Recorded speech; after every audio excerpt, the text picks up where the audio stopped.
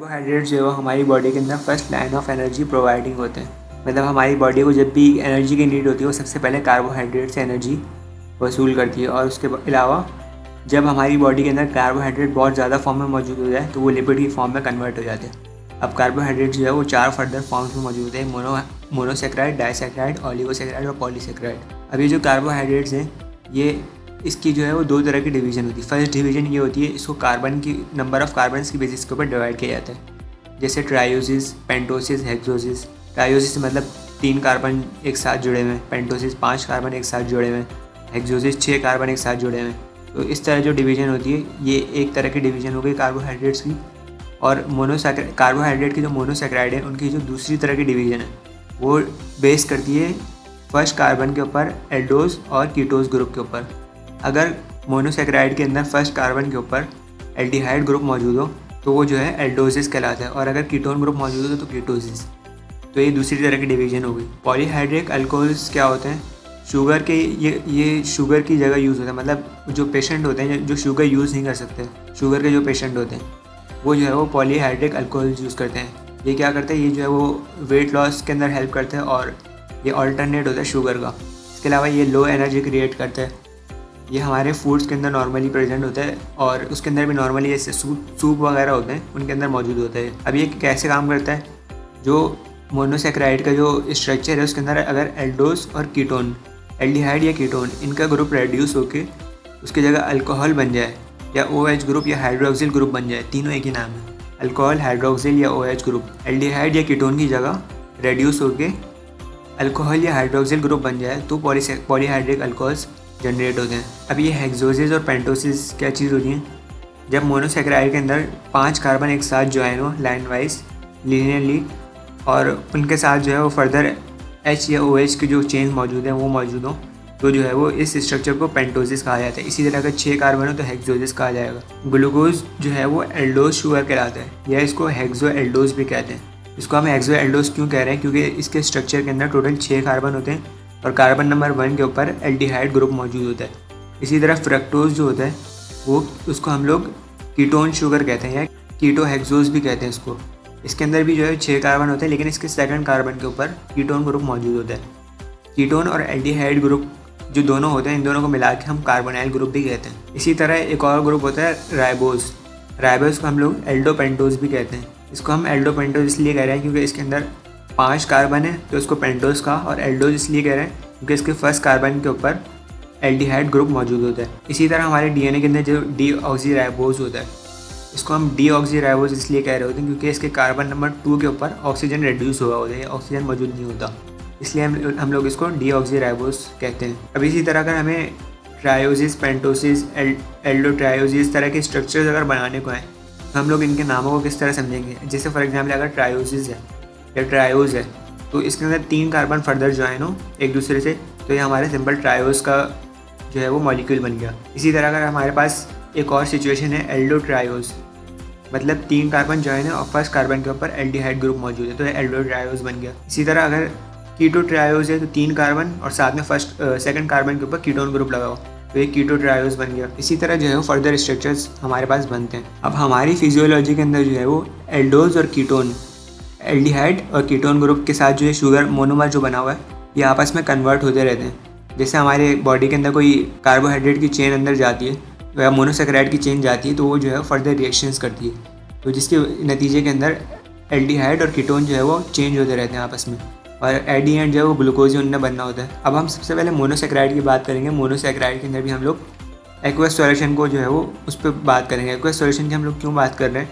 तो हमारी बॉडी के अंदर जितने भी मॉलिक्यूल्स हैं, बायोमॉलिक्यूल्स, वो जो है वो डिज़ोल्व फॉर्म के अंदर मौजूद होते हैं और इसी तरह डिज़ोल्व फॉर्म के अंदर अपना फंक्शंस परफॉर्म कर रहे होते हैं। अब सबसे पहले वो तमाम मॉलिक्यूल्स या वो तमाम मोनोमर्स जो एल्डिहाइड ग्रुप जिनके फर्स्ट कार्बन में मौजूद हो या फिर उसके अंदर 4 कार्बन जो है मौजूद हो, एल्डिहाइड ग्रुप फर्स्ट कार्बन पे और उसके अलावा 4 कार्बन मौजूद हो, ये सिचुएशन, या फिर वो तमाम मोनोमर्स जिनके अंदर 5 कार्बन या उससे ज़्यादा कार्बन हो, ये सारे मोनोमर्स जब एक्वस सॉल्यूशन के अंदर जाते हैं तो वो साइक्लिक स्ट्रक्चर में कन्वर्ट हो जाते हैं। अब ये साइक्लिक स्ट्रक्चर में किस तरह कन्वर्ट होते हैं? इनका जो फर्स्ट कार्बन है जहाँ पे एल्डिहाइड लगा होता है वो और हाइड्रोक्सिल ग्रुप जो 5th कार्बन में मौजूद होता है ये दोनों आपस में बॉन्डिंग बनाते हैं और ये बॉन्ड जो है वो कोवेलेंट बॉन्ड होता है। कार्बोनाइल ग्रुप और हाइड्रोक्सिल ग्रुप, जो हाइड्रोक्सिल ग्रुप जो कि 5th कार्बन पे और कार्बोनाइल ग्रुप जो कि 1st या 2nd कार्बन पे मौजूद है।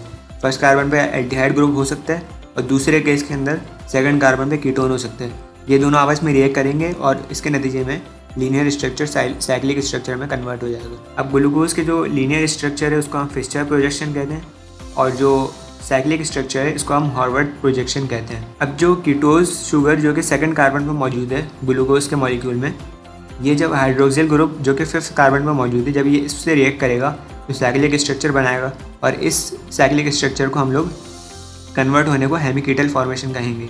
इसी तरह अगर 1st कार्बन के ऊपर एल्डिहाइड ग्रुप मौजूद है, वो 5th कार्बन के हाइड्रोक्सिल ग्रुप से रिएक्ट करके साइक्लिक स्ट्रक्चर में कन्वर्ट हो रहा है, तो हम लोग इसको हेमी एसिटल फॉर्मेशन कहेंगे। लेकिन ये हेमी एसिटल या हेमिकीटल फॉर्मेशन अभी स्टेप 1 हुआ है, अभी स्टेप 2 होना बाकी है। स्टेप 1 और स्टेप 2 से क्या मतलब है, जब भी कोई पॉलीसेकेराइड चेन बनती है तो उसके अंदर सबसे पहले आपस में जो मोनोमर्स जो है वो पूरे कंप्लीट होते हैं और वो मोनोमर्स जो है वो फिर फर्दर दूसरे मोनोमर्स से ज्वाइन होते हैं। तो ये जो हेमी एसिटल और हेमिकीटल फॉर्मेशन है ये अभी सिर्फ मोनोमर बने हैं, अभी ये पॉलीमर बनना बाकी है। अब जब ये मोनोमर कंप्लीट हो जाएंगे तो ये एक मोनोमर दूसरे मोनोमर से ज्वाइन होगा और ये जब ज्वाइन होगा तो ओ ग्लाइकोसाइटिक लिंकेज बनाएगा और इस ओ ग्लाइकोसाइटिक लिंकेज बनने के बाद इस मॉलिक्यूल को जो है वो फुल एसिटल या फुल कीटल फॉर्मेशन कहेंगे। अगर एल्डिहाइड ग्रुप मौजूद था तो फुल एसिटल कहेंगे, अगर कीटोन ग्रुप मौजूद था तो फुल कीटल फॉर्मेशन कहेंगे। मतलब इसके स्टेप 1 के अंदर जो है वो हेमी एसिटल और हेमिकीटल फॉर्मेशन हुई, यानी लीनियर से साइक्लिक स्ट्रक्चर में कन्वर्ट हुआ और जब साइक्लिक स्ट्रक्चर में कन्वर्ट हो गया तो वो वाला मोनोमर किसी और मोनोमर से अटैच हुआ तो जो है वो उसने फुल एसिटल या फुल कीटल फॉर्मेशन बनाई। और जब ये फुल एसिटल या फुल कीटल फॉर्मेशन बनाए तो उनके बीच में जो बॉन्ड बना वो ओ ग्लाइकोसाइटिक लिंकेज कहलाएगा। लेकिन ये जो लीनियर से साइक्लिक स्ट्रक्चर में जो कन्वर्ट हो रहा है, जो स्टेप 1 है, इसके कंप्लीट होने की एक शर्त है। वो शर्त ये है कि जो मॉलिक्यूल है मोनोमर है उसके अंदर कार्बोनाइल ग्रुप यानी एल्डिहाइड या कीटोन और साथ में हाइड्रोक्सिल ग्रुप 5th कार्बन पे, ये दोनों चीज़ें मौजूद होनी चाहिए। अगर ये दोनों चीज़ें मौजूद होंगी तभी ये लीनियर से साइक्लिक में कन्वर्ट होगा और फर्दर जो है वो डाइसैकेराइड या पॉलीसैकेराइड बनेगा। अब जब ये लीनियर स्ट्रक्चर से साइक्लिक स्ट्रक्चर में कन्वर्ट हो गया तो इसका जो कार्बन नंबर 1 है इसको हम लोग क्लॉकवाइज नंबरिंग करते हैं। तो जो इसका कार्बन नंबर 1 है उसके ऊपर जो है वो उसको हम लोग एनोमेरिक कार्बन कहते हैं। इसको हम एनोमेरिक कार्बन इसलिए कह रहे हैं क्योंकि जो ग्लूकोज का जो मॉलिक्यूल बना जो साइक्लिक स्ट्रक्चर में हमारे पास मौजूद है, इसके अंदर जो 1st कार्बन है उसके ऊपर उसके 2 आइसोमर है। एक सिचुएशन उसके अंदर ये कि 1st कार्बन के ऊपर हाइड्रोजन ग्रुप ऊपर हो और OH ग्रुप नीचे हो, और दूसरी सिचुएशन ये कि 1st कार्बन के ऊपर OH ग्रुप ऊपर और हाइड्रोजन ग्रुप नीचे हो। तो ये दोनों स्ट्रक्चर वाइज जो है वो डिफरेंट है लेकिन सेम इनका जो है मॉलिक्यूलर फार्मूला है। तो इसको जो है वो हम लोग आइसोमर्स या आइसोमेरिज्म कहते हैं। तो अगर तो ये OH ग्रुप जो है वो ऊपर की साइड होगा 1st कार्बन के तो ये बीटा कहलाएगी, और अगर ये OH ग्रुप नीचे की साइड पर मौजूद होगा तो ये अल्फा कहलाएगी। साइक्लिक स्ट्रक्चर में कन्वर्ट होने के बाद इसके 2 आइसोमर्स बने। अगर OH ग्रुप 1st कार्बन के ऊपर की साइड पर होगा तो इसको हम लोग बीटा कहेंगे और नीचे की साइड पर होगा तो अल्फा कहेंगे। अब एक्वस सॉल्यूशन के अंदर जो है जब ये स्ट्रक्चर जाता है और साइक्लिक स्ट्रक्चर में कन्वर्ट होता है तो ये जो अल्फ़ा और बीटा आइसोमर्स बने ये आपस में कन्वर्ट होते रहते हैं। मतलब कभी अल्फ़ा बन जाता है ये आइसोमर और कभी ये कन्वर्ट होकर बीटा बन जाता है, और इस कन्वर्जन ऑफ अल्फ़ा और बीटा इसको हम लोग कहते हैं म्यूटा रोटेशन। अब इसी स्ट्रक्चर के अंदर जो है वो 1st और 5th कार्बन की हमने बात कर ली, इसके अलावा जो 2nd, 3rd और 4th कार्बन है वो जो है उनके ऊपर जो है हम लोग बात करते हैं। वो तमाम कार्बन जो सारी तरफ से जो है वो मॉलिक्यूल्स के अंदर गिरा हुआ हो या उसके चारों तरफ जो है मॉलिक्यूल घिरा हो। जैसे फॉर एग्जांपल एक लीनियर स्ट्रक्चर है, उसके अंदर जो 1st कार्बन है उसके ऊपर कोई मॉलिक्यूल मौजूद नहीं और जो लास्ट कार्बन है उसके नीचे कोई मॉलिक्यूल मौजूद नहीं। तो इन दोनों को हटा के जो बीच में जितने भी मॉलिक्यूल्स हैं, जितने भी कार्बन्स हैं, वो चारों तरफ से मॉलिक्यूल्स में घिरे हुए हैं। तो ऐसे तमाम मॉलिक्यूल जो कि चारों तरफ से मॉलिक्यूल्स में घिरे हुए हों उनको हम लोग चायरल सेंटर कहते हैं। अब ये चायरल सेंटर क्यों इंपॉर्टेंट है इतने? चायरल सेंटर के ज़रिए जो है हम लोग किसी भी चेन का जो है वो आइसोमर्स पता कर सकते हैं। लेट्स से अगर ग्लूकोज के अंदर जो है वो 6 कार्बन के मॉलिक्यूल्स मौजूद हैं, इसका 1st कार्बन और लास्ट कार्बन को अगर हम लोग हटा दें क्योंकि इनके ऊपर और नीचे कोई मॉलिक्यूल नहीं है तो बीच में हमारे पास 4 कार्बन रह जाते हैं। ये चारों कार्बन हमारे पास इसके ग्लूकोज के मॉलिक्यूल के चायरल सेंटर कहलाएंगे। अब इससे हम लोग आइसोमर्स किस तरह पता करेंगे, इसका फार्मूला होता है 2n। अब 2n की जगह हमारे पास 4 आ जाएगा क्योंकि हमारे पास 4 कार्बन ऐसे हैं जो कि चायरल सेंटर के अंदर मौजूद हैं। तो अगर हम 2n या 2 की पावर n करें तो ये 16 आते हैं। इसका मतलब ये हमारे पास ग्लूकोज के मॉलिक्यूल के टोटल 16 आइसोमर्स बन सकते हैं। इसी तरह कार्बन नंबर 5 के ऊपर अगर OH ग्रुप लेफ़्ट साइड पर मौजूद है तो उसको हम लेब्रा रोटेटरी कहेंगे, और अगर राइट साइड पर OH ग्रुप मौजूद है तो हम इसको डेस्टर रोटेटरी कहेंगे। और ये लेब्रा रोटेटरी और डेस्टर रोटेटरी एक दोनों मिला के जो है वो एनेंशियोमर्स कहलाते हैं। इसको हम एनेंशियोमर्स क्यों कह रहे हैं, क्योंकि ये दोनों एक दूसरे के मिरर इमेजेस हैं। जैसे कोई हम लोग शीशे के सामने खड़े तो हमारे लेफ्ट हैंड जो है हमारे राइट साइड पे दिखता है और राइट हैंड लेफ्ट साइड पे। इसी तरह ये दोनों मॉलिक्यूल्स हैं तो बिल्कुल सेम, लेकिन फिफ्थ कार्बन के ऊपर OH ग्रुप एक में लेफ्ट साइड पर है, एक में राइट साइड पर है, इसलिए इसको एक दूसरे के एनेंशियोमर्स कहा जाता है। ग्लिसर एल्डिहाइड एक ऐसे मोनोमर है जो कि बिल्कुल सिंपलेस्ट फॉर्म में मौजूद होता है और इसके अंदर सिर्फ एक चायरल सेंटर मौजूद होता है। अब किसी भी लंबी या लॉन्ग चेन के लिए हम लोग इसको ग्लिसर एल्डिहाइड को एज ए रेफरेंस लेते हैं ताकि उसका जो है वो चायरल सेंटर या L या D जो ये फिफ्थ कार्बन के ऊपर मौजूद है इसके बारे में पता करने के लिए हम ग्लिसर एल्डिहाइड का एज ए रेफरेंस लेते हैं। हमारी ह्यूमन बॉडी की फिजियोलॉजी के अंदर D शुगर्स मौजूद होते हैं। L शुगर्स हमारे पास ऐसे एंजाइम्स मौजूद नहीं है जो L शुगर को रिटेन कर सकें, तो हमारी बॉडी के अंदर नॉर्मली जो है वो D शुगर्स मौजूद होती हैं। D शुगर्स मतलब जो हमारे ग्लूकोज का मॉलिक्यूल मोनोमर है उसके फिफ्थ कार्बन के ऊपर राइट साइड पर OH ग्रुप मौजूद होगा या हाइड्रोक्सिल ग्रुप मौजूद होगा। अब स्पेसिफिसिटी क्या होती है, बायोलॉजिकल साइंसेस के अंदर जो है वो हर मॉलिक्यूल के अंदर या हमारी बॉडी के अंदर जैसे एग्जांपल लें तो किसी भी मॉलिक्यूल के लिए या किसी भी प्रोटीन के लिए एक पर्टिकुलर एंजाइम होता है।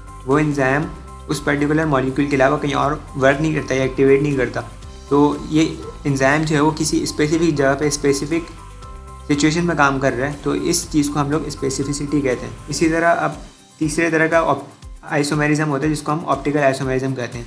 पहला आइसोमेरिज्म अल्फ़ा और बीटा रोटेशन जो था उसको बोला हमने, उसको हम एनोमेरिक कार्बन कहते हैं। और एक L और D जो हमारे पास फिफ्थ कार्बन के ऊपर जो मौजूद है उसको हम एनेंशियोमर्स कहते हैं। इसी तरह थर्ड टाइप का आइसोमर्स है इसको हम ऑप्टिकल आइसोमेरिज्म कहते हैं। इसके अंदर क्या होता है, एक पोलराइज लाइट जो है वो आकर हमारे मॉलिक्यूल से मोनोमर से टकराए तो वो लाइट जो है वो बेंड हो जाती है, क्योंकि एक्वस या ये वाटर की खसूसियात है कि उसके ऊपर जब लाइट पड़ती है वो बेंड हो जाती है। तो अब जब हमारे मॉलिक्यूल पे लाइट बेंड होगी क्योंकि वो एक्वस सॉल्यूशन में मौजूद है तो वो लाइट जो है लेफ्ट पे भी जा सकती है और राइट पे भी जा सकती है। अगर तो लाइट जो है वो राइट साइड पर जाएगी उसको हम L+ कहेंगे, और अगर लेफ्ट साइड पर जाएगी तो L- कहेंगे हम लोग, L+ ग्लूकोज या L- ग्लूकोज। लेकिन ये जो लाइट की जो बेंडिंग है ये H या OH की कॉन्फ़िगरेशन के ऊपर डिपेंड नहीं कर रही, बल्कि ये एक्वस सॉल्यूशन की इलेक्ट्रॉनिक कॉन्फ़िगरेशन पर डिपेंड कर रही है। हमारी बॉडी के अंदर जो है वो 62% बीटा D ग्लूकोपायरानोज होता है और 38% अल्फ़ा D ग्लूकोपायरानोज होता है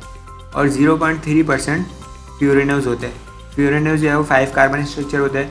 और बीटा D ग्लूकोपायरानोज हम लोग क्यों कह रहे हैं इसके अंदर, क्योंकि इसके फर्स्ट कार्बन के ऊपर जो है वो बीटा सिचुएशन मौजूद है, मतलब OH ग्रुप जो है ऊपर की साइड पर मौजूद है। D हम लोग इसको क्यों कह रहे हैं, क्योंकि डेक्स्ट्रो के फिफ्थ कार्बन के ऊपर जो है वो इसका OH ग्रुप वहाँ मौजूद है।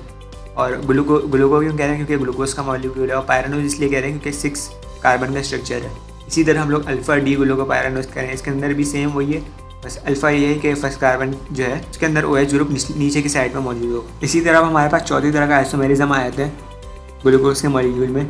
ये आइसोमेरिज्म है एपीमेरिज्म। इसके अंदर क्या होता है, जो हमने फर्स्ट कार्बन और फिफ्थ कार्बन की बात कर ली, जो सेकंड, थर्ड और फोर्थ कार्बन है इसके अंदर जो है वो H और OH ग्रुप मौजूद होते हैं। ये जो आपस में कन्वर्ट होते हैं वो इसको जो हम एपीमराइजेशन कहते हैं या एपीमर्स कहते हैं। अब गैलेक्टोज का मॉलिक्यूल है, ये एपीमर है ग्लूकोज का। क्यों ये गैलेक्टोज जो है वो ग्लूकोज का एपीमर है, इसकी वजह ये है कि जो मॉलिक्यूल होता है मोनोमर होता है ग्लूकोज का, उसके अंदर जो कार्बन नंबर 4 है वो जो है वहाँ पे जो है OH ग्रुप चेंज होता रहता है। तो इसलिए जो है वो ग्लूकोज के मॉलिक्यूल में जहाँ पे OH है उसके अगेंस्ट गैलेक्टोज में होता है। मतलब जैसे ग्लूकोज के मॉलिक्यूल में OH ग्रुप लेफ्ट साइड पर है तो उसमें राइट साइड पर होता है, इसलिए बस इतना सा उसके अंदर डिफरेंस होता है ग्लूकोज और गैलेक्टोज में। इस वजह से इसको हम लोग एपीमेरिज्म कहते हैं या गैलेक्टोज को ग्लूकोज का एपीमर कहते हैं। इसी तरह मैनोज जो होता है वो भी एपीमर है ग्लूकोज का, लेकिन इसके अंदर कार्बन नंबर 2 जो होता है उसके ऊपर OH ग्रुप की चेंजिंग होती है ग्लूकोज के मुकाबले में। अब यहाँ पे हम लोग ग्लूकोज को एज ए रेफरेंस ले रहे हैं, मतलब ग्लूकोज के स्ट्रक्चर से गैलेक्टोज और मैनोज के स्ट्रक्चर को कंपेयर कर रहे हैं। ग्लूकोज गैलेक्टोज और मैनोज में कन्वर्ट नहीं होता, लेकिन इसको हम लोग एज ए रेफरेंस या कंपैरिजन के तौर पे देख रहे हैं क्योंकि ये उन दोनों का आइसोमर एक तरह से। तो अगर गैलेक्टोज या मैनोज के स्ट्रक्चर हमें बनाना पड़े तो इसके अंदर हम लोग क्या करेंगे, सिंपल ग्लूकोज के स्ट्रक्चर बनाएंगे और कार्बन नंबर 4 के ऊपर OH ग्रुप जो है वो ग्लूकोज के मुकाबले में रिवर्स कर देंगे। इसी तरह अगर मैनोज का स्ट्रक्चर बनाना है तो कार्बन नंबर 2 के ऊपर हम लोग OH ग्रुप चेंज कर देंगे। इसी तरह हमारे पास सब कुछ टर्मिनोलॉजी आती हैं। ग्लाइकोप्रोटीन्स क्या होती हैं? ग्लाइकोप्रोटीन्स बेसिकली वो प्रोटीन्स या उनके अमाइनो एसिड जब किसी और शुगर मॉलिक्यूल से कनेक्ट हो तो इसको हम लोग ग्लाइकोप्रोटीन कहते हैं। इसी तरह प्रोटीओग्लाइकन्स क्या होता है, प्रोटीन्स के मॉलिक्यूल अगर किसी और मॉलिक्यूल से कनेक्ट हो तो वो और मॉलिक्यूल क्या होगा, ग्लाइकोज अमाइनो ग्लाइकोसेंस। प्रोटीन के मॉलिक्यूल ग्लाइकोज अमाइनो ग्लाइकोसेंस से अगर कनेक्ट हो तो प्रोटीओग्लाइकन्स बनते हैं। अब ये ग्लाइकोज अमाइनो ग्लाइकोसेंस क्या होता है, ये तीसरी तरह का मॉलिक्यूल होता है। इसके अंदर क्या होता है, शुगर का मॉलिक्यूल किसी सिंपल अमाइनो एसिड से अटैच हो। सिंपल अमाइनो एसिड का मतलब शुगर का मॉलिक्यूल है और सिर्फ NH3 है, ये दोनों आपस में अटैच हो तो ग्लाइकोज अमाइनो ग्लाइकोसेंस बनता है। तो वो 3 तरह की चीज़ हो गई, ग्लाइकोप्रोटीन्स, प्रोटीन जब शुगर के मॉलिक्यूल से कनेक्ट हो। उसके अलावा दूसरे जो है प्रोटीओग्लाइकन्स, प्रोटीन ग्लाइकोज अमाइनो ग्लाइकोसेंस से कनेक्ट हो, और ग्लाइकोज अमाइनो ग्लाइकोसेंस शुगर का मॉलिक्यूल है, ये जब NH3 से अटैच हो या किसी अमाइन ग्रुप से अटैच हो तो इसको हम लोग ग्लाइकोज अमाइनो ग्लाइकोसेंस कहते हैं। इसी तरह एरामेनोज प्लांट गम होती है और ये प्रेजेंट होती है ग्लाइकोप्रोटीन्स में। अब मेटाबॉलिक इंटरमीडिएट क्या होती है, कोई भी जब रिएक्शन हमारी बॉडी के अंदर परफॉर्म हो रहा होता है तो फाइनल प्रोडक्ट बनने से पहले वो मॉलिक्यूल जितनी शक्लें बनाता है या जितने मॉलिक्यूल्स में कन्वर्ट होता है उन सारे मॉलिक्यूल्स को मेटाबॉलिक इंटरमीडिएट कहते हैं। मतलब फाइनल रिजल्ट बनाने से पहले जो उसकी सिचुएशंस बनती हैं या उसके जो आइसोमर्स या जो भी स्ट्रक्चर्स बनते हैं उनको हम मेटाबॉलिक इंटरमीडिएट कहते हैं। अब अगर हमारी बॉडी के अंदर शुगर की मिकदार जो है बहुत ज़्यादा हो जाए, इंक्रीज़ हो जाए, तो हमारे यूरिन के अंदर भी शुगर आने लगता है और इस सिचुएशन को ग्लाइकोस्टूरिया कहते हैं। इसी तरह हमारी बॉडी अगर गैलेक्टोज को ग्लूकोज में कन्वर्ट ना कर रही हो तो इस सिचुएशन को हम गैलेक्टोसीमिया कहते हैं।